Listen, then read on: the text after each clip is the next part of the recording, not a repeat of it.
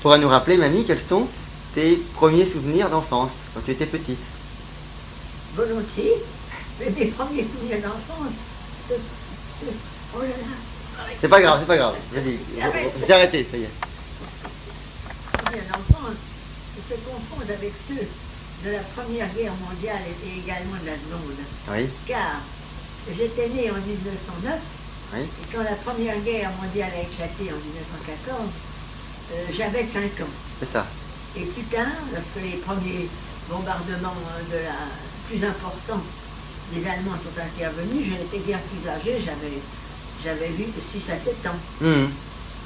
Alors les premiers souvenirs d'enfance, je revois le départ de la famille pour la Charente-Maritime, Ah oui, où nous devions vivre à Saint-Georges-de-Lidon. à Saint-Georges-de-Lidon, c'est ça. Ah oui. Nous devions nous réfugier Mhm. dans la maison familiale là-bas. Ah d'accord. Alors, premier souvenir, je revois la gare de Paris encombrée de valises et de gens. Je revois ma grand-mère assise avec la dignité possible sur les valises posées à terre, et mon père qui apparaissait à une fenêtre ouverte de la gare ouverte sur l'extérieur, qui nous faisait adieu, qui nous disait adieu parce qu'il partait pour la guerre, Ah oui. partait pour la mobilisation générale. Mhm. Alors, c'était donc très impressionnant. Et je me souviens très bien que j'ai eu connaissance de ce que c'était que la mort en traversant la gare de Bordeaux. Oui, Parce qu'en gare de Bordeaux, nous avons croisé le premier train de blessés militaires oui. que je devais voir. Et dans le dernier compartiment de ce train, un jeune homme était étendu en costume militaire, complètement immobile et pâle. Mhm. Il était visiblement mort. Mhm. Et alors j'ai entendu autour de moi les gens dire « Ah, ce jeune homme, il est mort. Mhm. » Alors c'est là que j'ai compris que la mort, c'était cette chose qui vous rend immobile et insensible à tous ceux qui vous entourent. Mhm. Ça m'avait frappé. Mhm. As-tu des... Alors... Qu'au moment des premiers bombardements Oui, de la guerre de 14, c'est pas grave à ce moment-là, mais enfin c'était quand même, on appelait les avions allemands des taubes. oui. Ils étaient construits en bois, ils n'étaient pas méchants. Mais enfin, ils lançaient quand même des bombes. Et les maisons sur lesquelles les bombes tombaient, eh bien, étaient implicables en mine quand même. Mhm. Il ne fallait pas les recevoir. Alors, à ce moment-là, la famille avait commencé, ce que faisaient tous les Parisiens, à descendre aux étages inférieurs. Oui. On pensait qu'à un étage inférieur, nous qui habitions au 4e, nous étions beaucoup moins en danger au premier. Mhm. Mais nous n'avons pas tardé à nous rendre compte, étant donné l'état dans lequel se trouvaient les maisons qui recevaient ces obus, que vraiment, ce n'était pas une protection suffisante. Mhm. Alors, tous les Parisiens de l'époque, enfin du moins ceux de mon quartier, là, c'était pas le quartier des ministères, pas le ministère de la guerre, en face de l'église Sainte-Clotilde, en face de la rue Lascane. Donc, tous les habitants du quartier ont pris l'habitude de descendre à la cave. Nous avions un abri remarquable au 2e étage en sous-sol, Mhm. qui était très bon. Et vous avez passé le reste de la guerre à Paris ou dans le sud-ouest alors? Ah ben nous avions là, dans le sud-ouest, nous ne sommes pas restés très longtemps. Oui. Parce que après, nous sommes revenus à Paris. Pour quelle raison? Là, je ne sais pas très bien pourquoi nous sommes revenus à Paris. Vous êtes revenu à Enfin, Paris. nous sommes revenus à Paris pour... Ah si, je dois me rappeler. Probablement parce que le gouvernement avait rappelé les membres, le chef du gouvernement avait rappelé les membres du gouvernement à Paris. C'est pour ça, à ce moment-là, Mhm. que probablement, mon oncle Pelletan a dû regagner Paris. Mais ça, c'était dans les tout premiers temps. D'accord.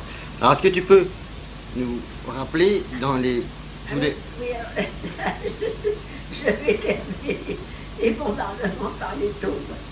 Alors nous descendions donc d'abord au premier, ensuite au 2e sous-sol. Mais alors il fallait atteindre le 2e sous-sol. Et ma grand-mère était déjà très âgée, ma mère voulait la couvrir pour qu'elle ne prenne pas froid. Enfin, nous mettions du temps pour arriver au 2e sous-sol. Il fallait traverser la cour. Je recevais tous les éclats d'obus de ce qu'on appelait les tirs de barrage. Oui. Les tirs de barrage, c'était les canons français qui tiraient sur les taubes allemands, mais Mhm. ils n'atteignaient pas grand-chose. Par contre, leurs éclats tombaient tout dans la cour. Hmm. Alors mes parents, ma grand-mère était très inquiète pour moi, elle aurait voulu que je parte devant. Et je leur dis avec fermeté, non, jamais je n'accepterai de partir devant, parce que je veux vivre avec vous ou mourir avec vous.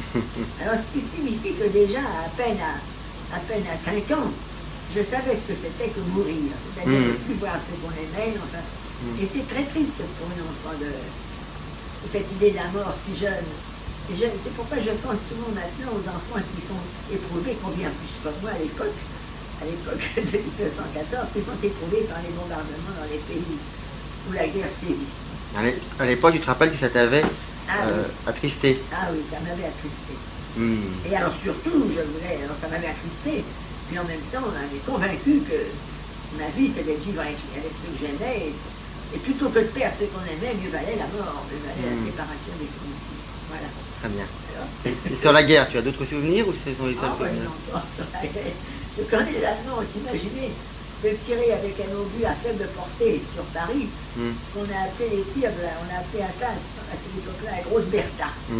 Alors, les premiers jours, les Parisiens étaient tous descendus à la cave, attendant que ce tir cesse, imaginant que c'était les avions qui allaient et qui venaient.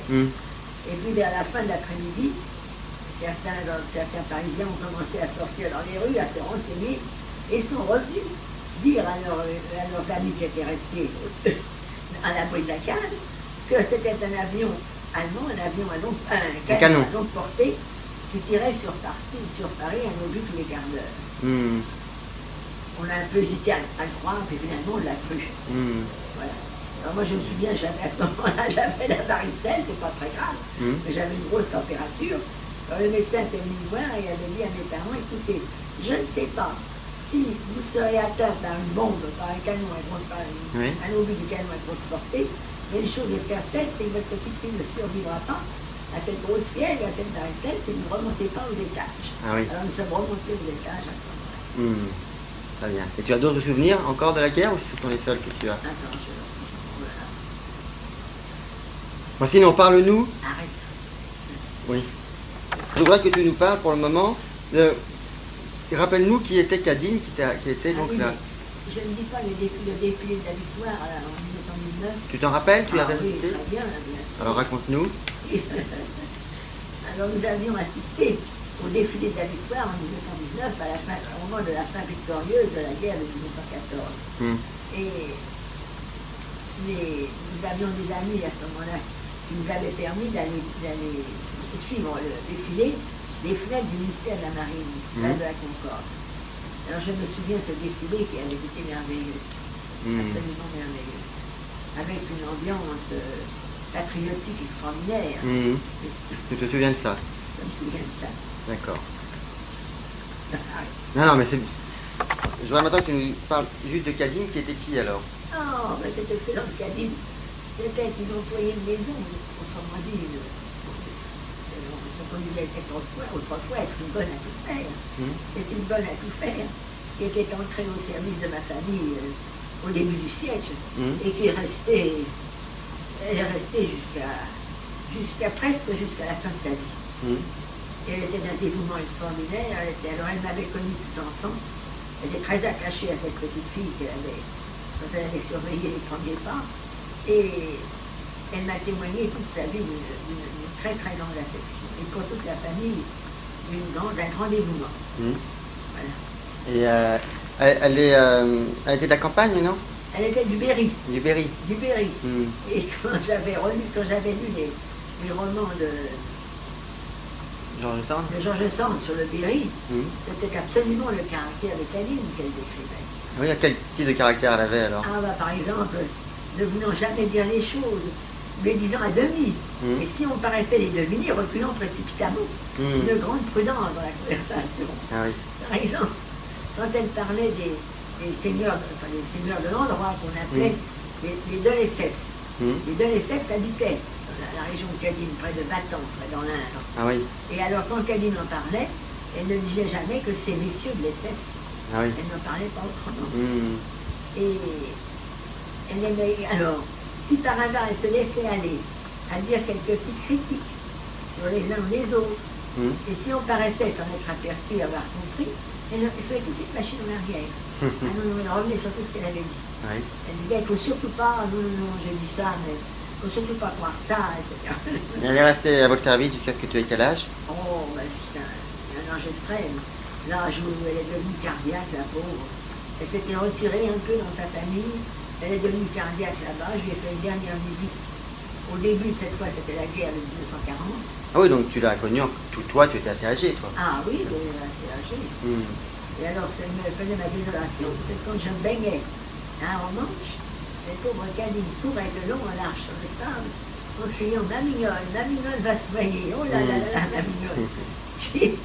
Il me remplissait de confusion vis-à-vis des autres baigneurs. Oui, bien sûr, oui. Voilà. Je comprends. Et donc elle est restée à votre service très longtemps, tu l'as connue longtemps.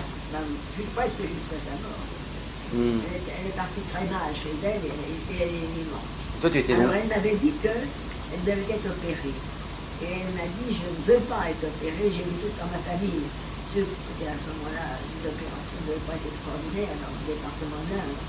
J'ai vu dans ma famille des gens opérés de cancer notamment, et ils sont morts dans les souffrances horribles. Moi, je ne veux absolument pas être opérée si on dit qu'il faut m'opérer. Parce qu'on craignait en effet qu'elle ait un cancer. Ah oui. Alors elle m'avait dit.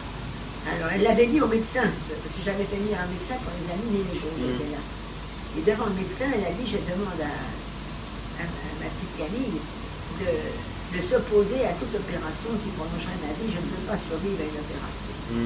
Alors ce médecin a été très consciencieux. Et au moment où on est fait la question de l'opération s'est posée, il m'a consulté. Oui. Alors je lui ai rappelé les dernières paroles de la bonne Cadine, et il a écouté, il n'a pas opéré. Ah oui. Et elle est morte, en effet, elle est morte peu de temps après, elle n'est pas dans des souffrances, non. Elle est morte, ça n'a pas été une mort terrible, beaucoup moins pénible que si elle avait été opérée. Et donc elle était à votre service pendant toute ton enfance, jusqu'à ce que tu sois assez grande, tu étais à votre service. Bien. Alors, je voudrais maintenant que tu n'as pas rien à nous dire sur Cadine. Non. Essentiel. Alors, est-ce que est-ce que tu te rappelles du nom de l'ancien secrétaire de l'oncle Camille, oui, qui était intéressé de près à ton enfance? Oui, voilà. Il s'appelait Léon Pujot. Ah voilà, Léon Pujot. Léon Pujot. C'était un homme originaire Du Béarn. du Béarn, c'est Oui. ça. Et il était ce qu'on appelait à ce moment-là commis de l'administration, c'est-à-dire c'était ce qui correspondait probablement à l'époque au cadre A dans lequel on entre lorsqu'on a un diplôme. Oui. Il s'était fait lui-même. C'est un homme qui s'était fait lui-même. Oui. Parce qu'il vivait il avait passé sa petite enfance à Bordeaux et il n'était pas passionné par les études. Alors il avait voulu s'engager dans la marine, espérant qu'il allait découvrir le monde. Mais alors malheureusement, l'escale dans laquelle il s'est engagé n'a fait que tourner en rond dans la Méditerranée. Ah oui. Alors il n'a pas connu le monde par ce voyage. Mais par contre, il s'est fait connaître et apprécier. Il avait à ce moment-là travaillé, probablement comme il n'avait jamais travaillé à Bordeaux, c'est-à-dire qu'il avait réussi ses études, et il avait été distingué pour ses qualités. Oui. De sorte que, on a parlé de lui à l'administration centrale, au ministère de la Marine, à la Concorde, et mon oncle ayant entendu le temps et entendu dire du bien de lui, a voulu le prendre comme secrétaire. Ah oui. C'est à ce moment-là qu'il a fait la connaissance de la famille. D'accord. Et quels étaient sa mère ou son père était peintre, non? Ah oui, oui en effet. Ah oui, oui, oui. C'était un... Ah oui, il y avait une chose que cher ami cherchait à cacher, c'était sa naissance. Parce qu'il regrettait beaucoup pour sa mère d'avoir été en somme un enfant naturel. Ah oui. Et alors il ne voulait pas que ça se sache pour ne pas... À l'époque, ça frappait beaucoup pour ne pas faire honte à sa mère. Alors il avait toujours caché sa naissance. Et alors, il avait eu un père qui d'ailleurs l'avait quand même reconnu, qui l'avait reconnu et qui avait participé à ses frais d'éducation. Un père qui était peintre dans la région de Bordeaux. Oui. Et qui avait fait de très beaux portraits de sa mère. C'était très beau. Voilà, c'est tout ce que je sais. Voilà. Et tu n'avais pas essayé tu m'avais raconté qu'une fois tu avais essayé de retrouver des... Ah oui, j'ai essayé de retrouver. Oui. En effet, j'ai essayé de retrouver des gens de la famille.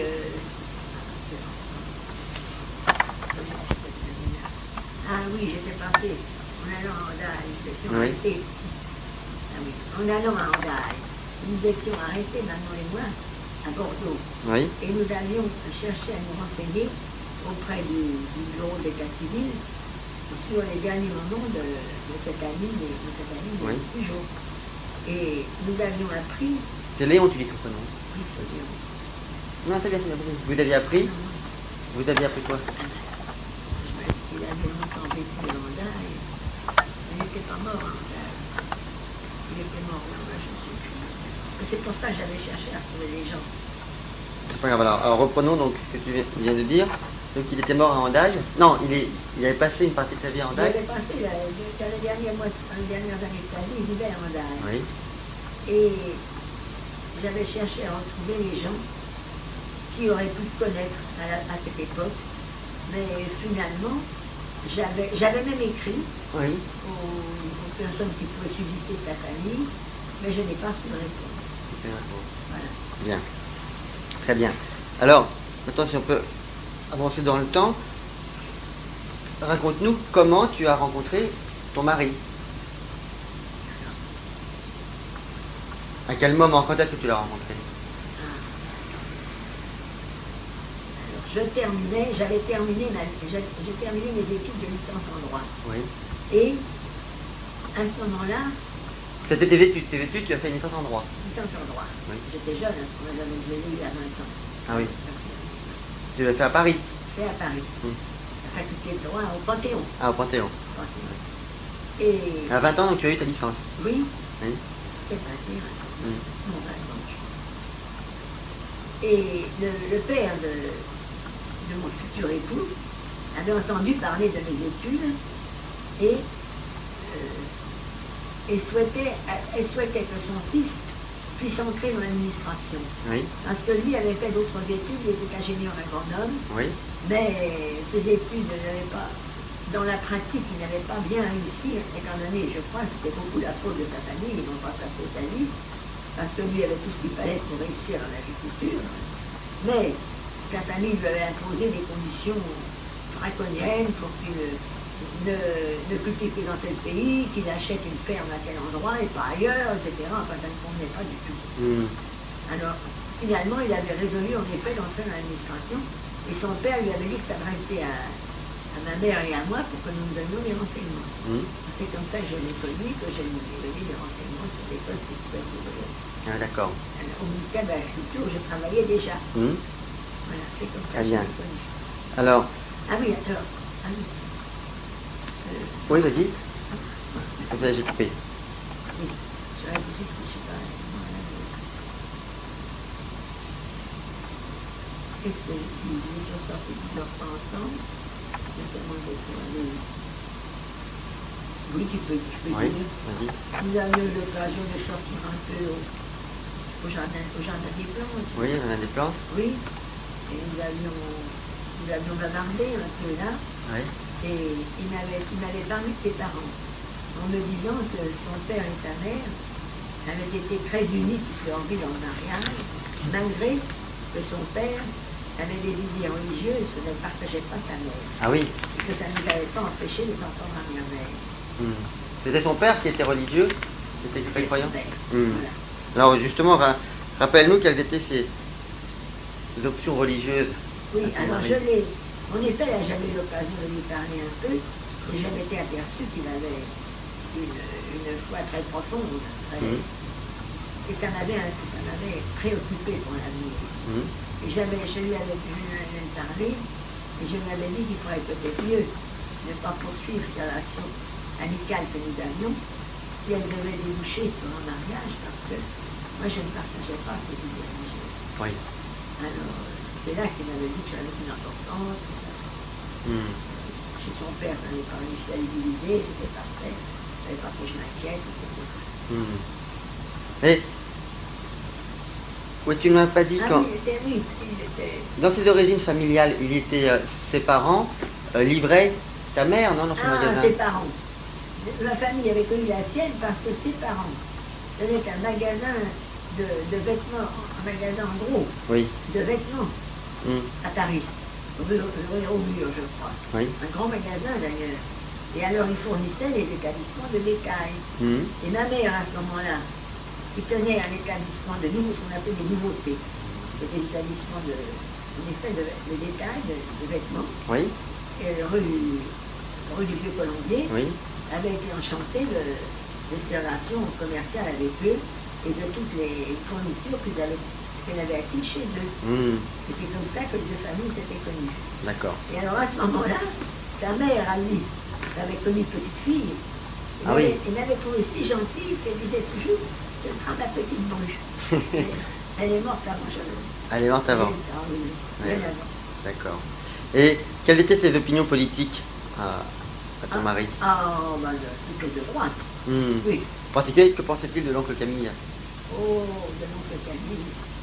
Il disait, il n'avait pas beaucoup parlé au début de son mariage. Ah bon? Et comme nous avons des difficultés, que nous avons été sur le point de nous séparer, alors là, on peut dire que ta haine s'est donnée du bon sens. Hmm. À tel point qu'un jour, montant dans l'escalier avec justement notre vieille bonne Caline, Non, pas Cadine. Marie. Marie Gréziac, Oui. notre polonaise. Hmm. On en parlera tout à l'heure. Montant avec elle dans l'escalier de la maison où nous habitions et voyons le portrait de l'oncle, s'était arrêté en nous disant, voyez, cet homme-là, ben, c'est lui la cause de toutes nos difficultés avec sa femme. Hmm. C'est son influence détestable. D'accord. Alors, il y avait eu un épisode assez drôle dont tu m'avais parlé avec un défilé des croix de feu sous vos fenêtres, quelque chose comme ça. Ah oui, c'était pour ces opinions de droite, hein, Oui. pour les coups. Alors il y avait eu des manifestations à Paris. C'était en 1934, lors du 6 février 1934, non? Je ne sais plus. Je ne me souviens plus à quelle condition il y avait une manifestation à Paris. Oui. En 1934. 1934. Peut-être. Oui, oui. C'est ça, Il y avait eu peut-être. en février 1934. Ah oui, c'est ça. C'est ça. Il y avait eu une grande manifestation de Voilà. la droite, justement, qui Voilà. marchait sur le Parlement. C'est ça. Et alors il y avait eu un défilé boulevard Saint-Germain, tout près de la rue où nous habitons, de la rue Bellechasse. Hmm. Il y avait eu un défilé, ce qu'on appelait les croix de feu, je crois. Oui. C'est-à-dire les partisans de la droite. Hmm. Et alors, René avait entendu vous avez entendu défiler. Comment ça fait pour les gens d'extrême gauche? Et les insultés. Ah oui, c'est ça, oui. Voilà. Ah oui, la vraie bonne extrême gauche, il est insulté. Et ils avaient fait du bruit en défilant, il y avait des faits, Hmm. on explique tous les appris pour des gens de l'extrême gauche. Hmm. Et alors là-dessus, il a ouvert les volets, il a ouvert la fenêtre en grand, et il a crié des insultes aux fracteurs, Voilà. qui étaient précisément des gens qui pensaient comme lui. Ah oui, d'accord, oui. C'est pour ça que c'était drôle. Bien. Est-ce que tu peux nous rappeler les causes alors de votre divorce? Vous avez divorcé en quelle année? Ça a été long. Nous avons divorcé en 1944, parce qu'il y avait eu d'abord les premiers mois de guerre, il avait été mobilisé à ce Oui. moment-là, nous avions été séparés pendant 2 ou 3 ans, ça m'est donné. Oui, il a dû revenir en 1943, non? Oui. Pourquoi il est intervenu plus tôt d'ailleurs? Il est revenu plus tôt parce que les Allemands avaient décidé de libérer les ingénieurs à Grenoble, Hmm. parce qu'ils voulaient transformer la France en pays agricole. Hmm. Ils ne pourraient pas leur opposer son industrie et être des rivaux au point de vue industriel. Hmm. Et alors il avait fait libérer tous les ingénieurs à Grenoble Hmm. pour que la France devienne une terre agricole D'accord. et abandonne l'industrie. Hmm. C'est comme ça qu'il était revenu. Bien. Et alors, c'est avant son départ déjà, votre situation était... vous étiez en mauvais terme ou c'est à son retour que vous... Non, déjà avant le départ, il y avait eu des... Oui. Enfin, ça n'allait pas mal, mais nous sentions pas en conformité de pensée sur beaucoup de points. Mais enfin, ça n'était pas dramatique. Quand même. Hmm. Seulement à ce moment-là, il y a eu l'institut du pape. Oui. Il y a eu un pape lequel était, je ne me rappelle plus, qui a publié l'encyclique. Très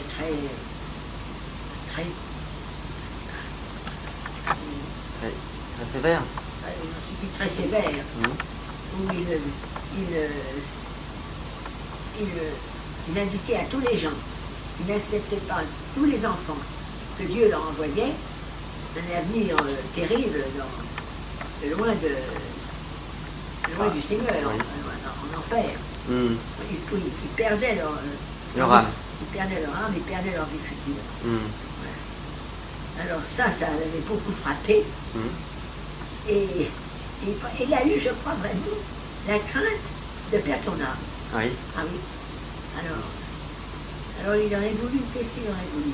Ah oui, il aurait peut-être pu être dégagé de cette exigence de l'encyclique si on avait pu établir que je mourrais d'une mort certaine en accouchant. Oui. J'avais eu en effet de l'accouchement difficile. Et les médecins avaient dit que j'étais exposée à une césarienne au prochain accouchement. Oui. Or, la césarienne, à cette époque-là, c'était dangereux. Mais on ne pouvait pas assurer que j'en mourrais. Ça n'était qu'un risque. Oui. Alors, ça n'avait pas suffi à le dégager. Le risque de mort n'était pas certain. C'est ça. Alors, il avait donc continué à vouloir observer cette encyclique. Et... Ah oui. Alors, j'avais essayé, au besoin intervenant auprès de sa famille, à trouver des moyens de conciliation, même à lui adresser des directeurs de conscience qui auraient été plus moins exigeants. Il n'y avait absolument rien à faire. Tu avais été voir d'ailleurs son directeur de conscience. Oui, ah bah oui. J'avais été voir son directeur de conscience qui était un ingénieur, ben nous aussi probablement un ingénieur agronome ou autre. Enfin. Ah, c'était pas un curé? Ah non. Ah, il était peut-être prêtre en même temps, je ne sais pas. En tout cas, c'était un homme de science. Peut-être prêtre, je sais. C'était un homme de science. Alors je lui ai été très très bien, cet homme-là. Je lui avais exposé mes difficultés. Il m'avait dit, oui madame, je vois. D'après tout ce que vous me décrivez, je vois que votre mari est très respectueux des textes, il a le souci de respecter les textes, mais qu'il manque de charité. Je lui avais dit, eh bien, je sais pas comment j'avais appris que c'était M. Labbé, mais c'est ça exactement. Mais il t'avait dit d'un côté qu'il ne pouvait rien lui dire. Ah oui, ben, je ne pourrais, il m'a dit je ne peux pas intervenir, je ne peux rien lui dire parce qu'il me renverrait au texte. Et il m'avait dit malheureusement, le texte donne raison. C'est ça. Très bien. Bien alors. Mais ça n'a pas dû, c'est ça. Petit à petit, on l'a abandonné, ce français. Oui, c'est possible, je ne sais pas. Et alors, vos fils n'ont pas bien vécu cette situation de divorce, non? Jean-Paul et Henri. Ah, ben Jean-Paul et Henri étaient jeunes à cette époque-là. Mais nous avions vécu très proches les uns des autres pendant la guerre. D'abord, je me rappelle. Voyons, c'est pas grave, on va reprendre voyons la guerre pour commencer, on reviendra là-dessus après. Donc, raconte-nous les souvenirs que tu as de l'invasion allemande en 1940. Vous étiez où à ce moment-là? À Meudon ou à Romanche? Nous étions à Paris. Nous étions à Paris et le bruit avait couru qu'il y avait des escadrons allemands qui s'approchaient de Paris et qui allaient intervenir certainement. Il ne faudrait pas s'attarder dans Paris si on devait aller se réfugier à la campagne. Alors il avait toujours été convenu que nous allions nous réfugier à Romanche. Oui. Ce n'est pas un refuge considérable parce que les Allemands finissent par nous dire joindre. En principe, devions partir à Romanche. Alors les amis qui nous conseillaient, notamment les plus beaux, ça m'avait téléphoné, Alberto m'avait dit, écoutez, ne tardez pas, si vous voulez partir pour Romanche, partez tout de suite. Et dans quelques jours, vous ne pourrez pas, ce sera trop tard. Alors nous étions partis pour Romanche, nous étions installés à Romanche, et c'est là que, quelques temps plus tard, les Allemands nous ont rejoints. Ah oui, c'est parti à Romanche. Mais tu m'avais dit que je croyais que vous aviez renoncé à partir au moment de l'exode. Ah ben oui, parce que nous étions donc partis à Romanche, et à un moment donné, il y a eu des... Oui, non, mais là c'est bon. Parce qu'à un moment donné, il y a eu des attaques sur mer, pas loin de la Romanche. Et nous avions eu un vaisseau français, un beau vaisseau français, qui était venu s'échouer sur la berge. Et ça avait fait alors, évidemment, ça avait amené des canonnades de la part des Allemands qui avaient tiré sur ce bateau. Et ça avait sonné l'effroi parmi tous les gens qui s'étaient réfugiés aussi bien des pays du Nord que du nord de la France aussi. Ils s'étaient déjà réfugiés à Romanche. Ils étaient tous partis en masse. Oui. Alors moi j'ai hésité, j'ai réfléchi, je je me suis dit, nous allons partir, mais ils vont peut-être nous rejoindre en route. Alors je m'étais mis à écouter un peu les communiqués, et j'apprenais qu'en effet, il faut passer rapidement en direction de la Normandie et qu'ils nous rattraperaient certainement en route. Oui. Que nous risquions beaucoup plus de mourir dans un bombardement parce que l'aviation, notamment l'aviation italienne, bombardait les réfugiés sur les routes. Et c'est parce que vous vouliez quitter à Romanche alors? Oui, pour se réfugier plus au sud, je sais pas où. Ça, c'était à Bordeaux. Parce que tu m'avais dit que vous aviez essayé aussi à Paris de voir la marraine Clémence, qui elle était partie. Et vous aviez traversé Boulogne, je ne sais quelle ville déserte. Ah oui, ah bah c'est pour toujours. Elle était la pauvre, mais oui, elle est partie. Elle a été un peu affolée, comme tous les gens de Paris. Ils sont tous partis en masse sur les routes. Quitte à se faire bombarder, ce qui m'était arrivé d'ailleurs par les Italiens, couchant la nuit dans les caves, etc. Ça a été très éprouvant. Ils ne sont pas allés bien loin d'ailleurs. Parce que là aussi, les Allemands étaient dangereux. Ils n'ont pas pu aller loin. Et alors moi, j'avais entendu dire que les gens mouraient sur la route, comme ça, j'ai pas voulu partir. Nous avons été les seuls à rester. À Romanche, tous les réfugiés étaient partis. Nous avons été les seuls à rester avec les gens du pays. Et c'est là que j'ai entendu, j'étais une des premières à entendre l'appel du 18 juin 1940 du général de Gaulle. Alors c'est de cette époque-là que datent les sentiments de Gaulle. Ah oui. Et comment tu avais entendu dire qu'il y avait... Comment tu as entendu cet appel? On t'avait dit qu'à la radio, il y avait quelqu'un qui parlait? Je ne sais pas, c'était le hasard, je crois. Le hasard, j'avais entendu dire... Attends, j'avais entendu dire qu'il était réfugié, qu'il était réfugié. On savait qu'il était parti vers Londres, avec il y avait d'ailleurs des marins français, il y avait des marins du Nil de Bretagne qui étaient tous partis en masse avec lui. Enfin, il y avait des soldats français qui étaient partis avec lui. Alors on savait qu'il était là-bas.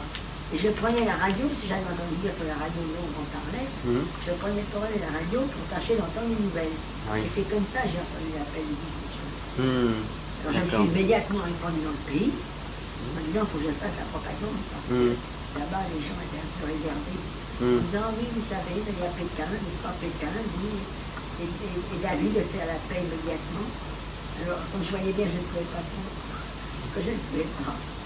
combattre leur sentiment pour Pétain, leur conscience pour Pétain, je leur disais, mais qui sait s'ils ne sont pas d'accord, et en effet, ça va être arrivé. Qui sait s'il n'y a pas d'accord secret entre le Gaulle et Pétain, pour qu'à un moment donné, justement, la France puisse reprendre les armes et regagner la bataille. Elle a perdu une bataille, que vous avez dit, on n'a pas perdu la guerre. Et finalement, regagner la guerre. Très bien. Et vous êtes resté à Romanche longtemps? Ou vous êtes retourné à Paris, à Meudon après? Voilà. Quand les Allemands ils ont atteint à Romanche, ils ont d'ailleurs prié la population de ne pas rester, parce qu'ils ne voulaient pas que la population civile là-bas. Ils ont dit que cette place forte la Romanche donnait une place forte, ils m'avaient bien fait rire. J'avais bien, crois-tu, ils traitent à Romanche de place forte. Alors avec ces rochers du Calvados qui affleurent au moment des faibles marées, comment cette place forte pourrait-elle se défendre? C'était précisément sur ces rochers du Calvados que les Anglais ont pu bâtir les fondations de leurs ouvrages, encerclés complètement d'ailleurs à Romanche, et qui permettaient aux bateaux en haute mer de débarquer le matériel en haute mer sans être obligé de s'approcher, et ça a été inimaginable. Pendant 3 jours, vous avez dit les gens du pays, pendant 3 jours et 3 nuits. D'abord, ils avaient appris la nouvelle du débarquement. Vous n'y étiez pas, on vous a raconté ça. Ah oui, ça on nous a raconté. En voyant les avions, le ciel rempli d'avions. Et alors après, ça a été le débarquement de ce matériel, ça a duré 3 jours et 3 nuits. Et il paraît que la région était couverte de fumée, tellement ce débarquement, ce matériel est important, il se dirigeait vers Caen, l'arrivée de ce matériel, elle était formidable. C'est ce qui a permis d'ailleurs par la suite de gagner la guerre. Mais toi tu dis que tu t'étais douté que ce serait une place difficile à défendre pour les Allemands à cause de ce plateau du Calvados? Oui, place forte. avec ces rochers là, Hum, je me disais qu'est-ce qu'ils font, parce que je ne voyais pas ce qu'on pouvait faire de ces rochers. bien sûr, oui. Parce que ça paraissait éloigné les grands navires, en effet. Normalement, ça aurait dû tenir les grands navires éloignés. Alors, une place forte qui ne pouvait pas être recevoir de navires importants, je ne voyais pas ce que c'était. Bien sûr. Alors, Je ne voyais pas l'intérêt de savoir pour les Allemands. je comprends. J'étais loin de me douter que d'ailleurs ces Allemands. Hum. Et, mais alors, d'où venait cette maison d'Arromanches déjà? Ah ben, c'était mon grand-père, le père de mon père, qui avait acheté plusieurs 3 villas à Romanche.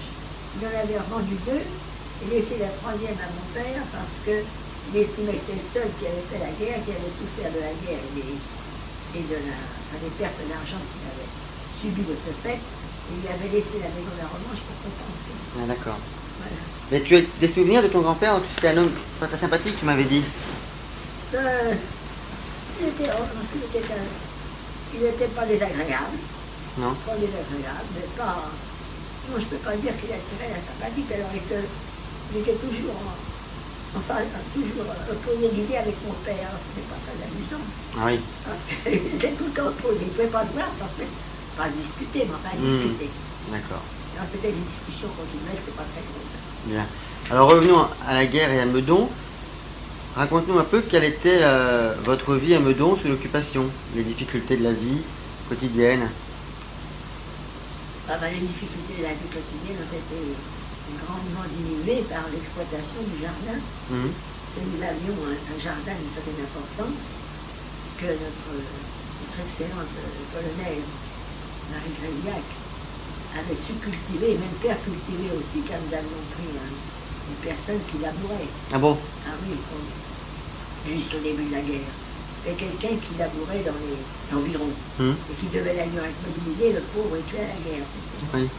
Et il avait bien labouré tout le jardin, et Marie avait pu planter tout ce qui devait nous assurer notre subsistance par la suite, parce qu'au début de la guerre, ça avait été la période la plus difficile. Les Français n'étaient pas encore bien organisés pour recevoir des paquets de province, puis encore fallait-il avoir des femmes en province. Alors nous n'avions considéré pas, parce que c'était une vieille famille parisienne. Et vraiment, ce jardin, Le jardin était très grand. ben, il avait 2000 mètres. Ah oui, c'est ça, oui. Et vous l'exploitiez sur toute sa surface? Ah oui, Mhm. Marie avait surtout planté ce qui manquait le plus, c'était les pommes de terre. Mhm. Il y avait des dorques forts, Mhm. et on maïssait les cultures de pommes de terre, alors on les enlevait à la main, Mhm. des fruits forts. Et alors les petits qui me parlaient de Champagne, les enfants, avaient beaucoup travaillé avec elle dans le jardin, et c'était une femme merveilleuse pour les enfants. Mhm. Ils avaient été heureux comme tout d'être de l'entourer comme ça à ce moment-là. Mhm. Ils avaient vécu en très bonne intelligence avec elle et très heureux d'être réunis. Et d'ailleurs, quand Alors, on... nous formions donc un petit cercle très uni, si tu veux. Oui. Et Mais alors, leur père, Oui. leur père est arrivé. le cercle, il y avait toi, ta mère, Marie Gréjac et les 2 enfants. Voilà, Mhm. voilà. Alors après, quand le père est rentré, Ben, le père est rentré, alors il n'a pas voulu. D'abord, il a voulu tout changer, les moyens de culture de Marie Gréliac, ce qui avait beaucoup frappé les enfants. Ils regrettaient parce que ça les intéressait. Marie Gréliac trouvait que c'était bien. Alors lui avait d'autres idées, il avait voulu mettre tout en l'air sans aucun égard pour ce qui avait été fait. Et les enfants, à ce moment-là, avaient des difficultés à accepter. il est arrivé à faire pousser quelque chose malgré tout. Ben oui, je crois qu'il est arrivé à ça. Mhm. Très bien. Il avait voulu transformer avec une cave là, au 70 à Paris. Il avait voulu installer une porte s'ouvrant sur le... Il y avait une cave et il y avait à côté une fosse des Andes. Alors il avait fait installer une porte de béton s'ouvrant sur la fosse des Andes, et de façon que on puisse puiser dans cette fosse des Andes, vous vérifiez, pouvoir évacuer par cette fosse des Andes les liquides qui permettaient de fertiliser le jardin. C'était bien, mais c'était pas très agréable comme non. Je comprends. Enfin, c'était bien. Et oui, vous étiez arrivé à Meudon en quelle année? En 1936, c'est ça? Vous aviez acheté à Meudon? En 1935, je crois. 36, je croyais, non? 35, 36. Mon beau-père venait de mourir. Ah bon. Oui. Et C'est comme ça que nous avons disposé l'argent d'ailleurs. Ah oui, Je crois qu'il est... le père de ton mari donc. Oui. Hmm. Et Meudon était beaucoup plus petit à l'époque, moins de... C'était beaucoup plus la campagne. Non, c'était Non. déjà, il y avait beaucoup de petites villas. Hmm. L'aspect des petites villas, évidemment, elles sont devenues beaucoup plus nombreuses, mais ça n'a pas tellement changé. Hmm. Évidemment, il y a eu maintenant des bâtiments de rapport, enfin des maisons de rapport, qui se sont développées beaucoup. Mais il y en avait déjà à l'époque, il y avait notamment là, devant nos yeux, là, cette grande, qui est là juste en face, et qui était très laide, parce qu'elle s'élevait tout seul, Ah oui. avec les petites villas à côté. Hmm. Tandis que maintenant, il y en a d'autres qui se sont élevés derrière, à côté, etc. Ça fait un ensemble, c'est même très joli, ça fait un Oui. ensemble de bâtiments élevés, et qui regardent toutes ces petites villas qui sont partout. Tandis qu'avant, tu dis que votre villa était la seule. Non, il y avait beaucoup d'autres petites villas. Non, mais la seule grande. Ah, ça passait pour une grande villa. Oui. Hmm. Ah oui, oui. D'accord. C'était la seule dans les environs, ouais, quand on Oui, dit ça. oui. Bien. Alors, revenons à la guerre. Tu m'avais pas dit que Marie Grésac elle voulait tuer un Allemand. Ah, peut-être pas, on arrive. Nous entendions par la radio toutes les horreurs que faisaient les Allemands en Pologne. Hmm. Et c'est vrai, Par la radio de Londres. par la radio de Londres. Vous écoutez Ah. tous les jours. Oh là là là là. Nous n'avons jamais manqué un seul jour. Jamais, Mm. jamais, jamais. Quoi qu'il arrive. Hmm. À 8 heures, ça y était, nous étions tous autour de la radio Mm. et nous l'écoutions. Et puis, Même quand ton mari est revenu, vous continuiez à l'écouter. Oh, oui, oh, Oui. oui. On ne pouvait pas annoncer un mot. Et dès que c'était terminé, naturellement, nous tournions le bouton pour que s'il y avait un contrôle allemand à ce moment-là, on ne nous aperçoive pas branchés sur Londres. Bien sûr. Et nous écoutions tous les soirs. Alors elle avait appris les horreurs qu'ils commettaient en Pologne et elle leur en voulait beaucoup. Alors elle s'était demandé si dans le fond, elle n'aurait pas l'occasion d'en tuer un ici. Hmm. Alors elle avait pensé à la petite rue, Dans la petite tourelle, la le petit petite sentier. Tourelle, la petite sentier qui débouchait au Paris. Hmm. Elle avait pensé qu'elle pourrait en tuer un là très facilement, Hmm. qu'elle ne passa pas très inaperçue. Hmm. Et je lui avais dit que contrairement à ce qu'elle croyait, moi je n'avais pas eu confiance dans les gens du voisinage, on ne sait jamais, qui pourraient la dénoncer, Hmm. et qu'alors, ses enfants, dont elle souffrait déjà de martyr, d'être séparés, alors qu'ils ne seraient jamais séparés de leur mère, ce serait triste. Hmm. Et puis je lui ai dit que celui qui nous avait tué, c'était un rabbin, vous savez, il est peut-être mobilisé, mais il n'a peut-être pas du tout les idées nazies, etc. Alors ce serait pas c'est pas un bon programme. Alors, elle avait- Parce qu'elle avait remarqué qu'il y en avait un qui passait régulièrement par là, non? Non, mais ça l'arrivait qu'ils n'ont pas fait ça. Mm. Mais ce qu'elle avait remarqué surtout, c'était le caractère secret de la petite allée, là. Ah oui, d'accord. Et rappelle-nous qui était ce colonel qui faisait de la résistance et que tu avais hébergé un temps. Ah, oui, ah. Oh là, alors, attends, Il s'appelait comment, le colonel? Belle, Belle. B.E.D. Belle. Je sais pas si ça fait Paul, Paul Belle. Oui. Ah oui. Ça avait été je considérais qu'elle était un héros de la résistance. Hmm. Parce qu'il il avait participé à la résistance dès qu'il a pu. Il avait d'abord, il s'était trouvé en zone libre. Oui. Et là, il avait commencé à faire de la résistance. Hmm. Et puis, il a voulu revenir en zone occupée pour également continuer à faire de la résistance. Et alors, il a été arrêté au moment où il franchissait la frontière entre la zone libre et la zone occupée. Oui. Et ça a été un peu de sa faute d'ailleurs, parce que moi, je lui avais conseillé que s'il revenait en zone occupée, il ferait mieux de s'adresser à des gens de connaissance pour franchir la frontière. Parce qu'autrement, il tomberait sur des gens qui le trahiraient. Hmm. Il dit, oh non, non, non, j'ai très bien, il y a des garçons là-bas qui font ça très bien. Les garçons qui font ça très bien. Les garçons qui avaient fait ça très bien, il a livré aux Allemands. Ah oui. Alors il a été arrêté, Hmm. aussitôt que la frontière a été franchie, alors que s'il avait, moi je comptais, le faire aider par les amis, les parents de Marie-Claire. Hmm. Qui auraient fait l'impossible, ces pauvres gens. Ils faisaient franchir la frontière. Il habitait en France? Oui. Les parents de Marie Ben oui, c'était réfugiés aussi en France. Ah oui. Ces gens-là avaient été surpris par la guerre en France. Hmm. Et il faisait franchir la frontière très bien. Hmm. Et alors il est tombé au contraire sur un garçon qui l'a livré aux Allemands. Ah oui. Alors il a été emmené menottes au poignet, etc., à pied, à Lons, là où demeurent les enfants de la République, à Lons-Saunier, Oui. dans le Jura. Il a été incarcéré dans la forteresse de Lons-Saunier. Hmm. Alors ça a duré un certain temps. Nous étions sans nouvelles, bien entendu. Mais finalement, il a fini par sortir de cette forteresse. Hmm. Parce qu'il était déjà malade. Hmm. Et je crois que les Allemands pensaient qu'il n'était pas bien longtemps à vivre. Hmm. Et en fait, ils n'ont pas vécu très longtemps après. Bon. Mais il était parti, Et quand tu l'avais recueilli à la maison un certain temps, non? Ben oui, c'est quand il faisait de la résistance. Quand il était monté en zone occupée pour faire de la résistance. Ah oui, à l'époque, il a été en zone occupée faire de la résistance. Oui. Alors, ah oui, là, j'ai... Ah oui, mais non, oui. Bien sûr, il savait qu'il pouvait compter sur nous aussi. Ce qui n'était pas le cas de tout le monde. Beaucoup de gens n'auraient pas... Je dois dire. La plupart des gens que je connaissais n'auraient pas hébergé une résistance. Mais